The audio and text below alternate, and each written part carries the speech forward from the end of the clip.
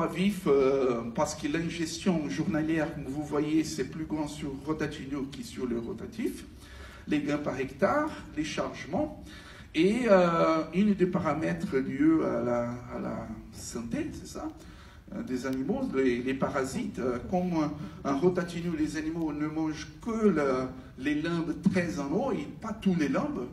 Donc très loin du niveau du sol où il y a la concentration de zooph des parasites. Donc il a la différence des gains des pois vifs, c'est pas que lié à l'ingestion des nutriments, mais aussi des aspects sanitaires. Et donc pour finir, ce sont des données, pour finir la partie un peu technique scientifique. Ah là j'ai perdu en... Ok. Ça, ce sont des données assez récentes, donc on est en train de travailler. Alors là, à gauche, de gauche à droite, ça représente un temps d'utilisation d'une journée. Ça commence l'après-midi, ça va jusqu'à fin du matin de l'autre jour. C'est le Rotatinho en ingestion accumulée.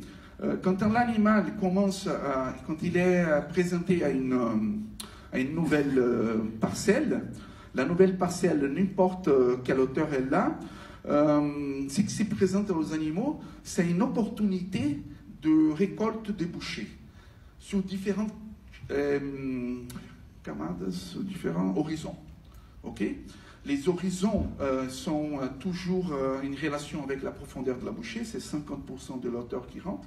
Donc là, c'est exprimé, ça c'est pas bon parce que je fais les changements d'ordinateur, mais il y a en théorie 3 différents horizons.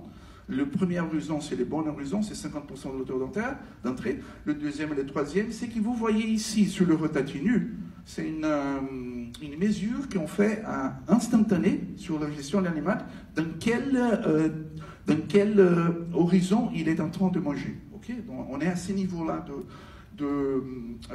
d'études. Et un vert, c'est la première couche. Un jaune, moins vert, un vert plus... moins vert, on dit... plus jaune. Voilà. C'est la deuxième couche. Et plus jaune... c'est la troisième. On voit qu'il a sur la... Ça, c'est ce qu'un animal fait pendant toute la journée. Il a un taux d'ingestion, une vitesse d'ingestion qui c'est à peu près constant. Moitié là, c'est la soirée. L'animal ne mange pas au soir. Et puis, pendant le matin, donc, il a une prédominance sur la première couche. Et maintenant, je vous montre ce qui se passe avec le tournant classique où l'entrée 25, sortie 5. Donc, l'animal mange la première couche aussi dans les 2-3 heures au départ de l'utilisation de la parcelle, mais puis après, il mange pas mal d'horizon 2 et d'horizon 3. Et c'est à ce moment-là que la vitesse d'ingestion, l'ingestion accumulée, elle plafonne et elle s'arrête. On est en train de voir pas mal maintenant au niveau de ce qui se passe au niveau métabolique et physiologique des animaux. On a des données sur les émissions des gaz, enfin des méthane des animaux. Une diminution de 50% sur des bovins au pâturage continu et 72% sur la carcasse des animaux qui sont produits sur le concept de Rotatinho. Et puis aussi des indicateurs de nutrition comme la glucose et des indicateurs de bien-être des animaux comme la relation lymphocyte-neutrophile qui indiquent des stress de plus long terme et indiquent que les animaux, quand ils sont obligés à manger près du sol, dans une condition qui n'a presque pas de l'ombre, il a une indication de stress.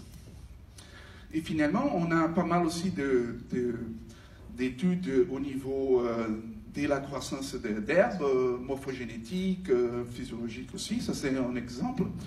Et c'est assez intéressant de pouvoir vous montrer qu'ici, là où est le vert, STIR max, c'est dans une tempe d'accumulation. Là, c'est un exemple avec Fétuc. La meilleure utilisation se donne avec le vert là, c'est-à-dire 600 degrés jour accumulé ou bien 22 cm, c'est le moment de la fétuque dans les concepts. Et on utilise jusqu'en bas là, un GD Max, c'est la bande où la prairie reste quand on manège, quand on fait la gestion sur le rotatinu. Et sur le rouge là, HARI Max, c'est exactement le point où il a le plus grand taux de croissance instantanée de la plante.